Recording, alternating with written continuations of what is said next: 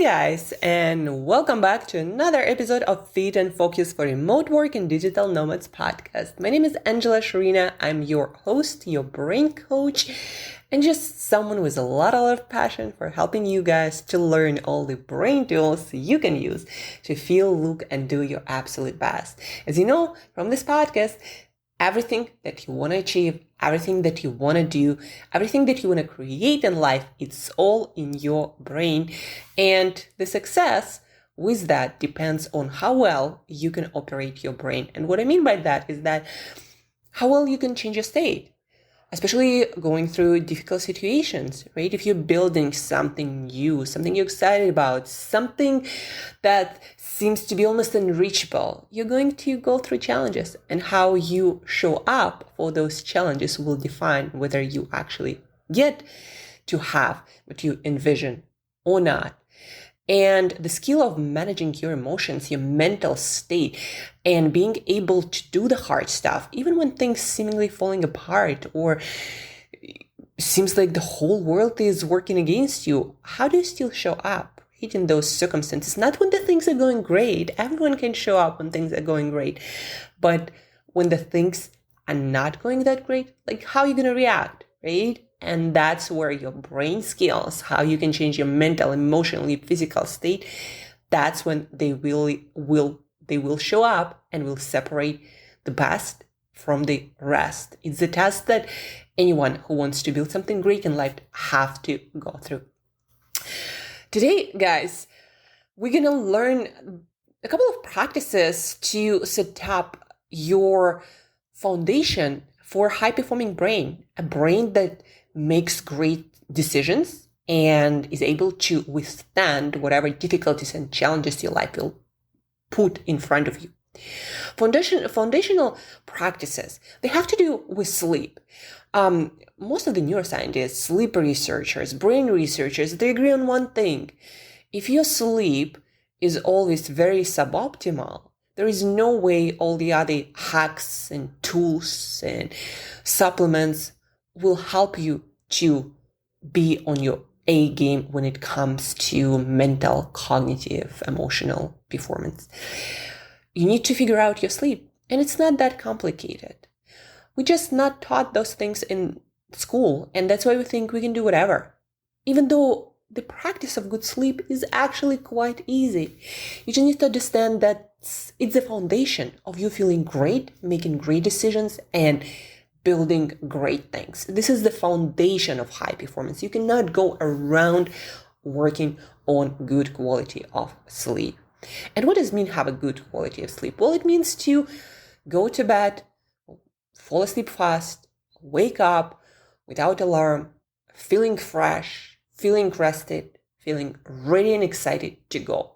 And also not waking up several times during the night, or waking up, not being able to falling asleep, or feeling like you've been waking up the whole night, right? That is not the great quality of sleep. And usually you would know that by the fact that you wake up and you're just not feeling like waking up or like you feel your best on that morning, right? So that's how great sleep looks like. Now, there are a lot of trackers. Oura Ring is pretty good. It seems Whoop, that's a wristband. But a lot of them are still far from being perfect and super accurate. So just wake up and ask yourself, like, how am I feeling today? Right? If you're not feeling that well, a huge percentage of it has to do with the way you slept that night. And, a lot of people these days, when they talk to me, like, how can I improve my sleep? And they start self-diagnosing themselves with insomnia or racing thoughts syndrome. I go to bed and my mind just can't shut up. A lot of these things can be easily prevented. And no, you don't have any conditions. Those things can be easily prevented by foundational practice that we human beings actually are designed to do, but we screw them up like a lot of things before we make them better, right? So for sleep, what are the foundational practices that you need to do before thinking about any supplements or, again, self-diagnosing yourself with some sleep disorder?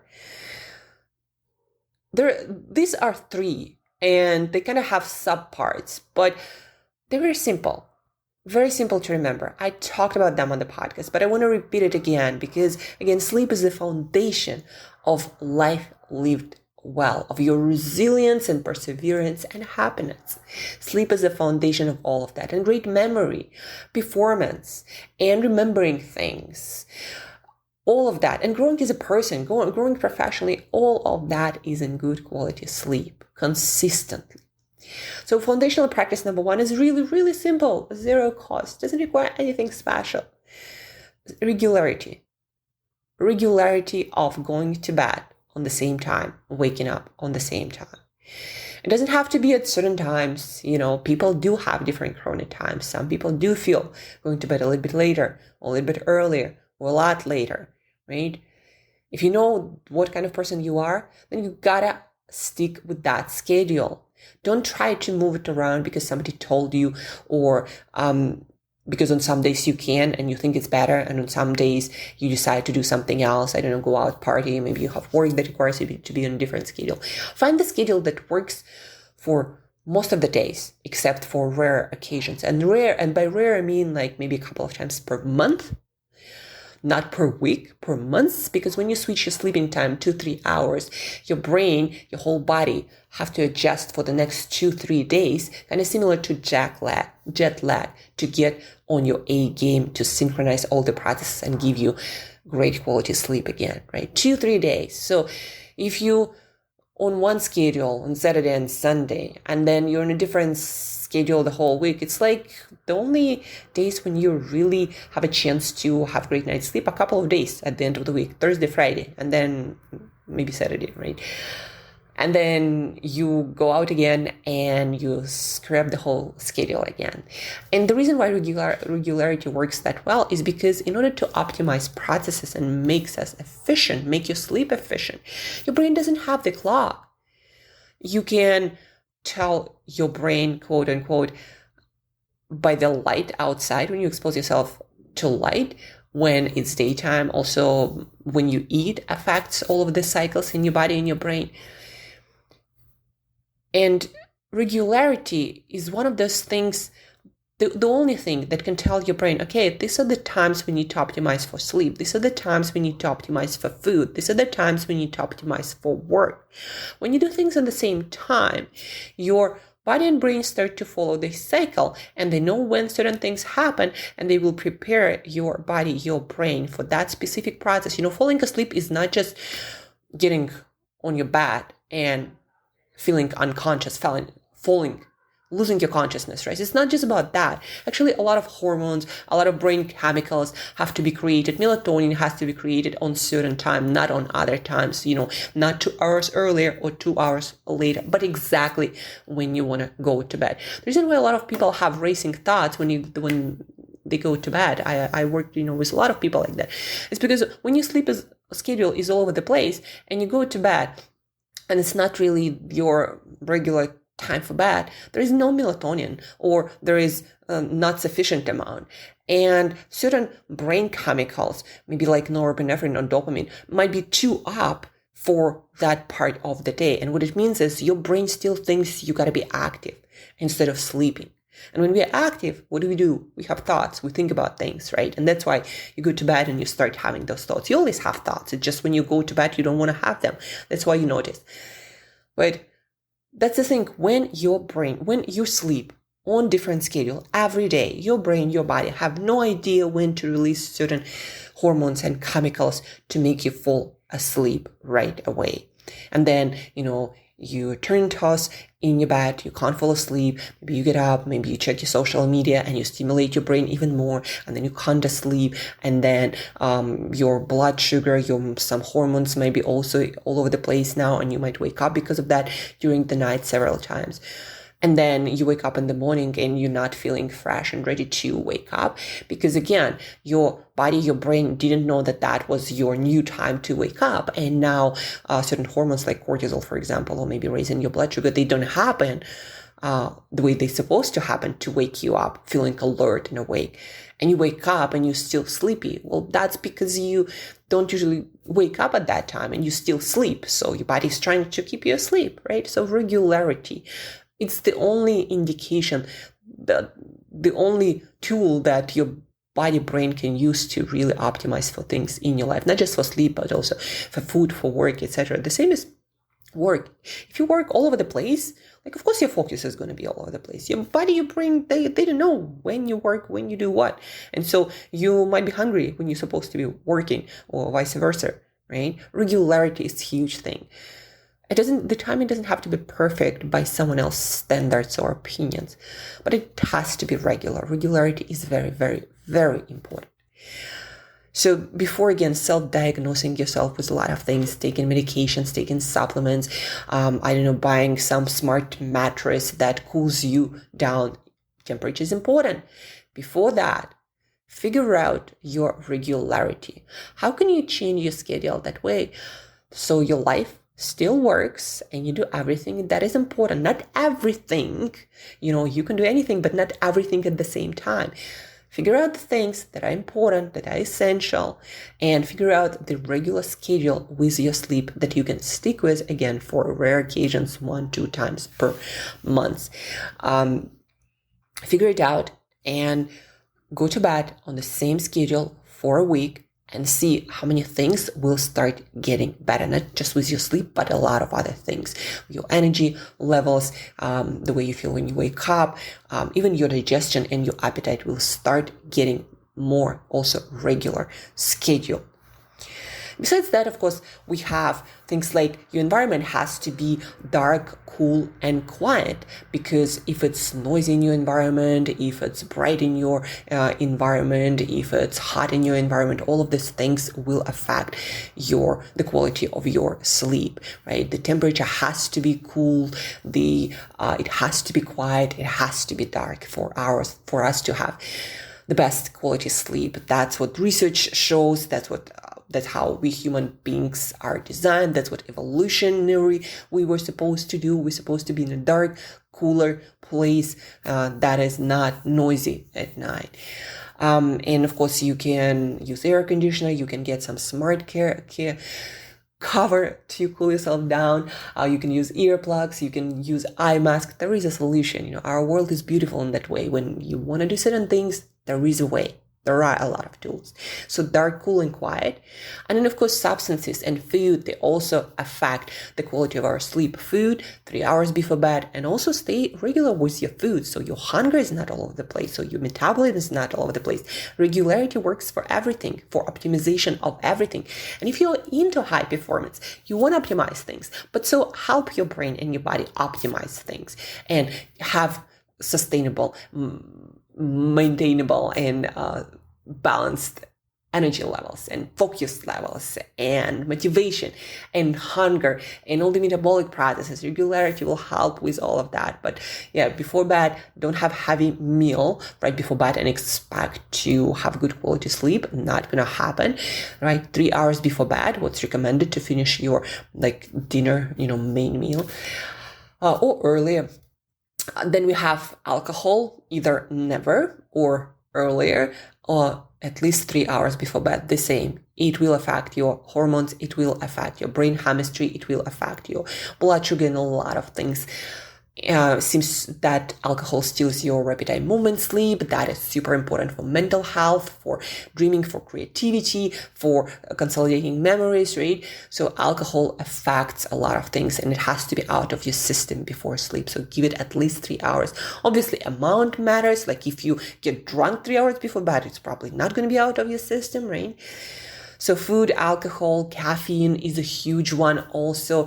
It is recommended to have your caffeine as early as possible, or never for sleep quality, right? But if you want to have it after 90 minutes